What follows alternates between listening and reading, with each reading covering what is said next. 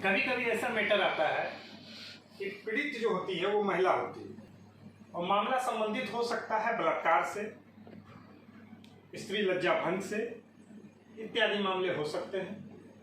ऐसी स्थिति में कानून में यह प्रावधान है कि बहुत सी महिलाएं संकालु किस्म की होती हैं और पुरुष पुलिस पदाधिकारी के समक्ष उन्हें बोलने में हिचकिचाहट होती है।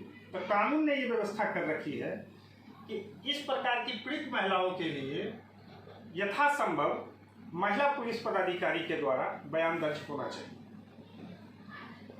तो अभी हम लोगों ने देखा कि लिखित भी दी जा सकती है, मौखिक भी दी जा सकती है, जिस स्थान पे कारित हुआ उस स्थान पे भी दिया जा सकता है, जहां परिणाम निकला हो वहां भी दिया जा सकता है। झूठा होगा तो उसके ऊपर कार्रवाई करने के अलग उपबंध हैं, सच्चा होगा तो 173 सीआरपीसी के तहत आरोप पत्र समर्पित हो जाएगा न्यायालय में। अगर दरोगा जी लेने से मना करते हैं तो वो लायबल हो जाएंगे। माननीय सर्वोच्च न्यायालय के डायरेक्शन है। तो क्या इसका मतलब हम लोग ये मान लें कि जब कभी भी पुलिस पदाधिकारी के पास संज्ञेय मामले आएंगे तो वो बेचारे निश्चित रूप से ही, चाहे वो कितना ही झूठा उन्हें प्रतीत हो, हर हालत में उनको एफआईआर ही दर्ज करनी होगी? नहीं साहब, कभी कभी कुछ जो है स्वविवेकी अधिकार जो है एसएचओ को दे दिए गए।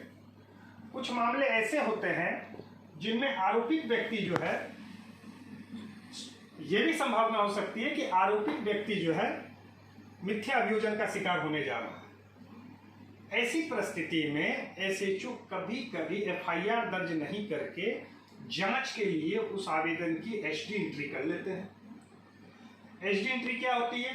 Station diary entry. हर थाने में थाने के टोटल क्रियाकलाप के लिए एक पुस्तिका होती है, उसमें क्रमवार जो है हर प्रकार की घटनाएं और हलचल को नोट किया जाता है। अब वो उसको एसडी एंट्री कर सकते हैं। ऐसे कौन से मामले हैं जिसमें संज्ञेय भी हो, उसके बावजूद भी एसएचओ की एफआईआर थोड़े समय के लिए स्थगित कर सकते हैं, जांच करवा सकते हैं अनवेंशन के स्थान पर।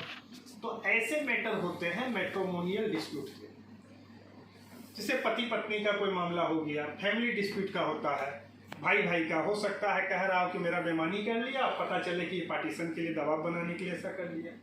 कभी कभी ऐसे होते हैं बिजनेस डिस्प्यूट होते हैं, कहता मेरा गमन कर लिया, बाद में पता चलता साहब इसने तो माल दिया ही नहीं था, चेक पहले लिए रखा था।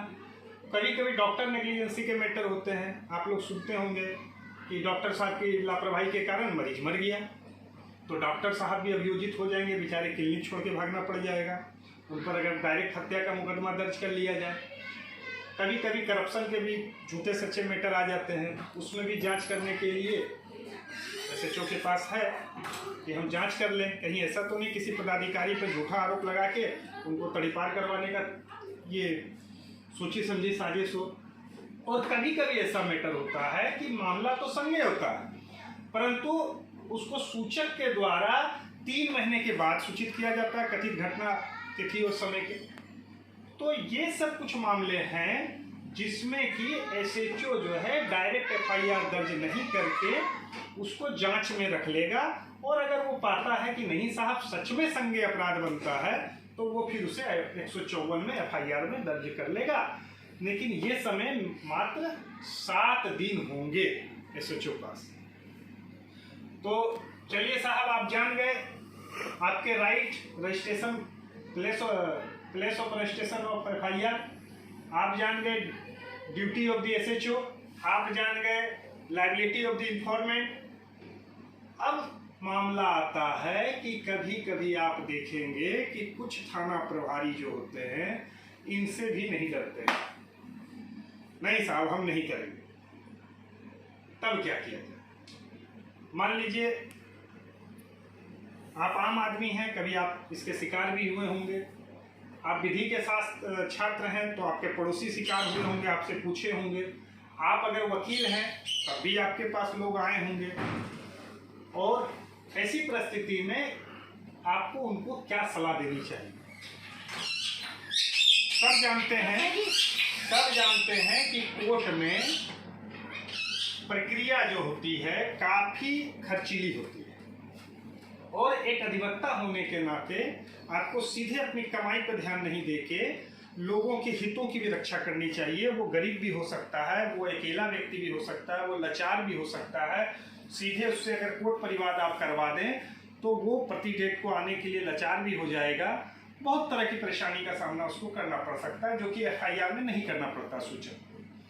तो साहब, थानेदार की इस मोनोपोली को तोड़ने के लिए विधि के निर्माताओं ने एक क्लाउज भी दिया है। वो है 154(3) धारा 154 सब क्लाउज 3। ये क्या कहती है?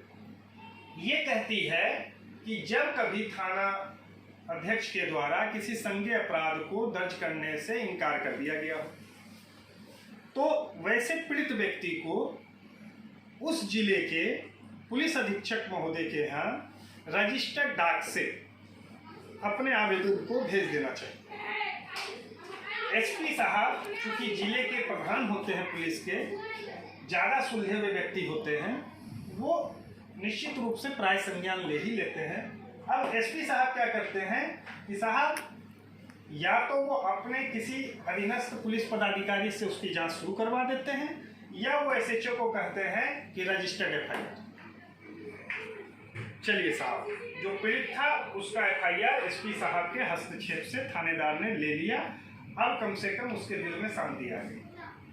लेकिन कभी कभी ऐसा होता है, मान लीजिए आपका झगड़ा में पेड़ जिसने तोड़ा है वो मंत्री जी का खास आदमी है, और मंत्री जी ने एसपी साहब को फोन कर दिया था कि देख लीजिएगा जरा मामला। एसपी साहब ने थानेदार साहब को फोन कर दिया होगा, थानेदार इसी उलझन में एफआईआर दर्ज नहीं किया, और जब आपने रजिस्टर डाक भेजा तो एसपी साहब कुछ अंदरूनी मैटर होने के कारण वो भी बक्सा में डाल दिए। अब क्या करें? अब दो प्रक्रिया और बचती है, विंग ए लॉयर। ये जो दो प्रक्रिया बचती है वो प्रक्रिया है 156(3) और 200, दोनों दंड प्रक्रिया संहिता की है। 156(3) और 200 में थोड़ा सा अंतर है, उसको हम अगले वीडियो में बता देंगे, लेकिन फिलहाल 156(3) जान।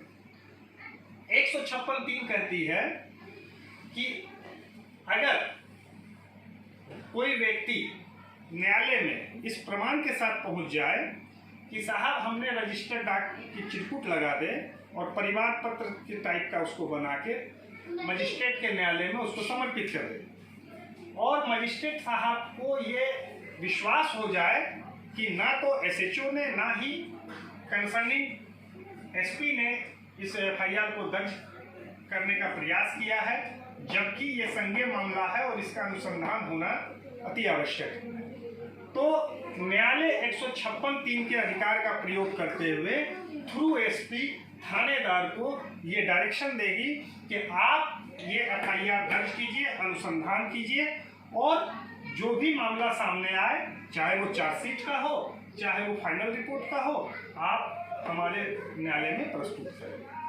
इस प्रकार एक व्यक्ति जिसके साथ कोई भी संज्ञेय अपराध कारित किया गया है, वो साधारणतः इन 3 स्टेप्स को प्रयोग करके अपना एफआईआर दर्ज कराने में सफल हो सकते हैं। दोस्तों, हम उम्मीद करते हैं आज के हमारे इस YouTube चैनल मैं भी वकील हूँ में दी गई जानकारी आपको काफ़ी पसंद आई होगी। चाहे आप आम आदमी रहे हों, चाहे आप विधि के छात्र रहे हों, चाहे आप प्रतियोगी छात्र रहे हों, चाहे आप पुलिस पदाधिकारी, ये मेरे द्वारा जो दिया जा रहा है ये लीगल अवेयरनेस के दृष्टिकोण से मैं इसे प्रस्तुत कर रहा हूं। और अगले वीडियो में मैं चाहूँगा कि एफआईआर दर्ज होने के बाद किस प्रकार पुलिस अनुसंधान करती है, उसकी टोटल प्रक्रिया से आप लोगों को अवगत कराऊंगा। मैं जानता हूं कि कुछ लोग एफआईआर दर्ज कराने से डरते हैं कि मुझे थाने का चक्कर लगाना पड़ेगा, कुछ लोग के यहाँ पुलिस पूछने आ जाती है तो गवाह बनने से डर जाते हैं, कुछ लोग को थाना आना पड़ता है। तो कब थाना जाना जरूरी है, कब नहीं जरूरी है, गवाह बनना नहीं जरूरी है, बनना चाहिए, इत्यादि बहुत से विषय हैं। अनुसंधान से संबंधित उस पर मैं डिटेल में चर्चा करूंगा। अगर आपको ये हमारा वीडियो पसंद आया हो तो कृपया इसे लाइक जरूर कीजिएगा और नीचे जो सब्सक्राइब बटन है उसको क्लिक करके सब्सक्राइब कीजिएगा ताकि हमारे प्रत्येक वीडियो आपको सीधे पोस्ट हो जाए।